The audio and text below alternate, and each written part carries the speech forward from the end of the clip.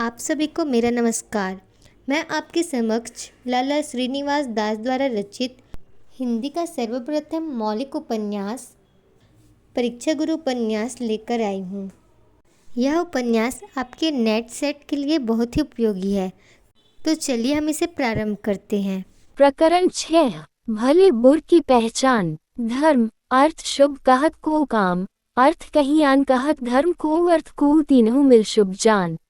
मनुस्मृति आपके कहने मुजब किसी मी की बातों से उसका स्वभाव नहीं जाना जाता, फिर उसका स्वभाव पहचानने के लिए क्या उपाय करें। लाला मदन मोहन ने तर्क की, उपाय करने की कुछ जरूरत नहीं है, समय पाकर सब अपने आप खुल जाता है। लाला ब्रजकिशोर कहने लगे, मनुष्य के मन में ईश्वर ने अनेक प्रकार की वृत्ति उत्पन्न की है, जिनमें परोपकारी इच्छा, भक्ति और न्यायपरता धर्म प्रवृत्ति में गिनी जाती है। दृष्टांत और अनुमानादि के द्वारा उचित अनुचित कामों को विवेचना, पदार्थ ज्ञान और विचार शक्ति का नाम बुद्धिवृत्ति है। बिना विचारे अनेक बार के देखने सुनने आदि से जिस काम में मन की प्रवृत्ति हो, उसे आनुषंगिक प्रवृत्ति कहते हैं। काम संतोषन, संग्रह करने की लालसा, जिघांसा और आत्मसुख की अभिरुचि इत्यादि निकृष्ट प्रवृत्ति में शामिल हैं, और इन सब के विरोध से जो काम किया जाए वह ईश्वर के नियमानुसार समझा जाता है। परंतु किसी काम में दो वृत्तियों का विरोध किसी तरह न मिट सके तो वहाँ जरूरत के लायक आनुषंगिक प्रवृत्ति और निकृष्ट प्रवृत्ति को धर्म प्रवृत्ति और बुद्धि वृत्ति से दबा देना चाहिए। जैसे श्री रामचंद्र जी ने राजपाट छोड़कर वन में जाने से धर्म प्रवृत्ति को उत्तेजित किया था। ये तो सवाल और जवाब और हुआ। मैंने आपसे मनुष्य का स्वभाव पहचाने की राय पूछी थी, आप बीच में मन की वृत्तियों का हाल कहने लगे। लाला मदन मोहन ने कहा, इसी से आगे चलकर मनुष्य के स्वभाव पहचानने की रीति मालूम होगी, पर आप तो काम संतान स्नेह आदि के विरोध से भक्ति और परोपकार आदि करने के लिए कहते हैं, और शास्त्रों में काम, क्रोध, लोभ, मोहादि की बारंबार निंदा की है, फिर आपका कहना ईश्वर के नियमानुसार कैसे हो सकता है। पंडित पुरुषोत्तम दास बीच में बोल उठे, मैं पहले कह चुका हूँ कि धर्म प्रवृत्ति और निकृष्ट प्रवृत्ति में विरोध हो, वहाँ जरूरत के लायक धर्म प्रवृत्ति को प्रबल मात्रा चाहिए, परंतु धर्म प्रवृत्ति और बुद्धि प्रवृत्ति का बचाव किए पीछे भी निकृष्ट प्रवृत्ति का त्याग किया जाएगा तो ईश्वर की यह रचना सर्वथा निरर्थक ठहरेगी। पर ईश्वर का कोई काम निरर्थक नहीं है। मनुष्य निकृष्ट प्रवृत्ति के बस होकर धर्म प्रवृत्ति और बुद्धिवृत्ति की रोक नहीं मानता, इसी से शास्त्र में बारंबार उसका निषेध किया है। परंतु धर्म प्रवृत्ति और बुद्धि को मुख्य माने पीछे उचित रीति से निकृष्ट प्रवृत्ति का आचरण किया जाए तो गृहस्थ के लिए दूषित नहीं हो सकता। हाँ, उसका नियम उल्लंघन कर किसी एक वृत्ति की प्रबलता से और वृत्तियों के विपरीत आचरण कर कोई दुख पावे तो इसमें किसी का बस नहीं। सबसे मुख्य धर्म प्रवृत्ति है, परंतु उसमें भी जब तक और वृत्तियों के हक की रक्षा न की जाएगी अनेक तरह के बिगाड़ होने की संभावना बनी रहेगी। मुझको आपकी यह बात बिल्कुल अनोखी मालूम होती है। भला परोपकार आदि शुभ कामों का परिणाम कैसे बुरा हो सकता है। पंडित पुरुषोत्तम दास ने कहा, जैसे अन्न प्राणाधार है परंतु अति भोजन से रोग उत्पन्न होता है। लाला ब्रजकिशोर कहने लगे, देखिए, परोपकार की इच्छा ही अत्यंत उपकारी है, परंतु हद से आगे बढ़ने पर वह भी फिजूल खर्ची समझी जाएगी और अपने कुटुंब परिवार आदि का सुख नष्ट हो जाएगा। जो आलसी अथवा अधर्मियों की सहायता की तो उससे संसार में आलस्य और पाप की वृद्धि होगी। इसी तरह कुपात्र में भक्ति होने से लोक परलोक दोनों नष्ट हो जाएंगे। न्यायपरता यद्यपि सब वृत्तियों को समान रखने वाली है, परंतु इसकी अधिकता से भी मनुष्य के स्वभाव में मिलनसारी नहीं रहती, क्षमा नहीं रहती।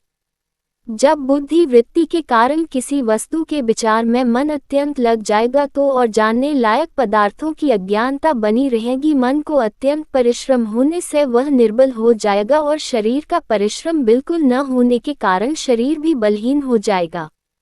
आनुषंगिक प्रवृत्ति के प्रबल होने से जैसा संग होगा वैसा रंग तुरंत लग जाया करेगा। काम की प्रबलता से समय असमय और स्वस्त्री परस्त्री आदि का कुछ विचार न रहेगा। संतान स्नेह की वृत्ति बढ़ गई तो उसके लिए आप अधर्म करने लगेगा, उसको लाड प्यार में रखकर उसके लिए आप जुदे कांटे बोएगा। संग्रह करने की लालसा प्रबल हुई तो चोरी से, छल से, खुशामद से कमाने की विद्या पड़ेगी और खाने खर्चने के नाम से जान निकल जाएगी। जिघांसा वृत्ति प्रबल हुई तो छोटी सी बातों पर अथवा खाली संदेह पर ही दूसरों का सत्यानाश करने की इच्छा होगी और दूसरों को दंड देती बार आप दंड योग्य बन जाएगा। आत्म सुख की अभिरुचि हद से आगे बढ़ गई तो मन को परिश्रम के कामों से बचाने के लिए गाने बजाने की इच्छा होगी अथवा तरह तरह के खेल तमाशे, हंसी चुहल की बातें, नशेबाजी और खुशामद में मन लगेगा। द्रव्य के बल से बिना धर्म किए धर्मात्मा बना चाहेंगे, दिन रात बनाव सिंगार में लगे रहेंगे।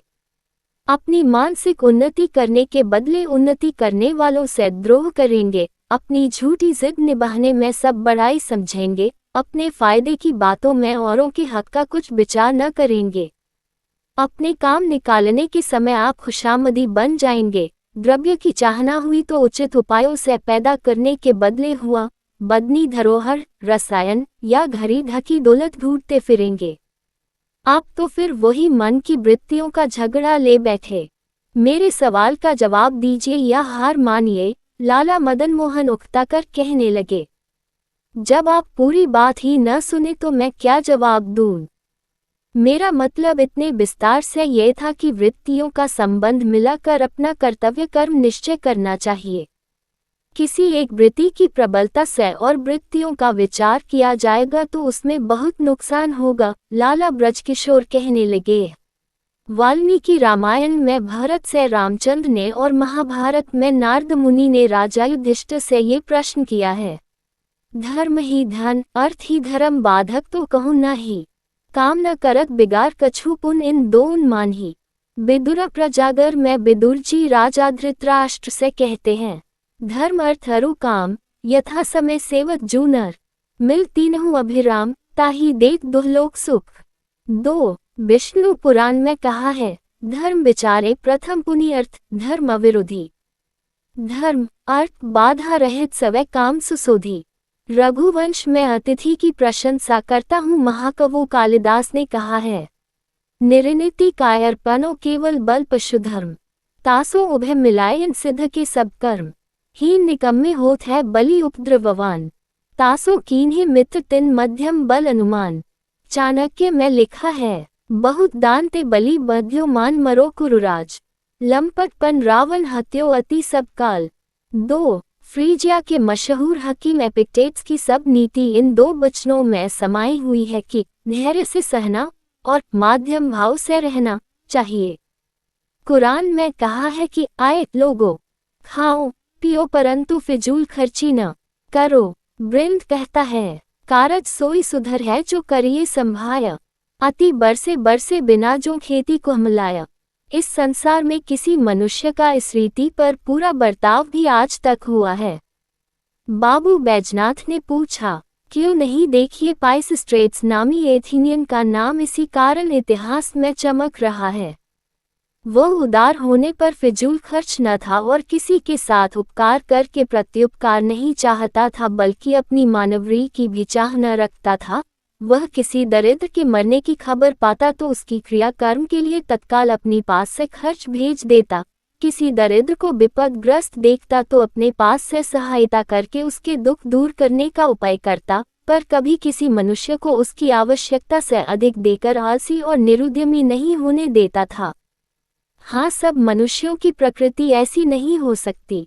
बहुधा जिस मनुष्य के मन में जो वृत्ति प्रबल होती है वह उसको खींच खांच कर अपनी ही राह पर ले जाती है। जैसे एक मनुष्य को जंगल में रूपों की थैली पड़ी पावे और उस समय उसके आसपास कोई न हो, तब संग्रह करने की लालसा कहती है कि इसे उठा लो। संतान स्नेह और आत्मसुख की अभिरुचि सम्मति देती है कि किस काम से हमको भी सहायता मिलेगी। न्यायपरता कहती है कि न अपनी प्रसन्नता से ये किसी ने हमको दी, न हमने परिश्रम करके ये किसी से पाई, फिर इस पर हमारा क्या हक है और इसका लेना चोरी से क्या कम है।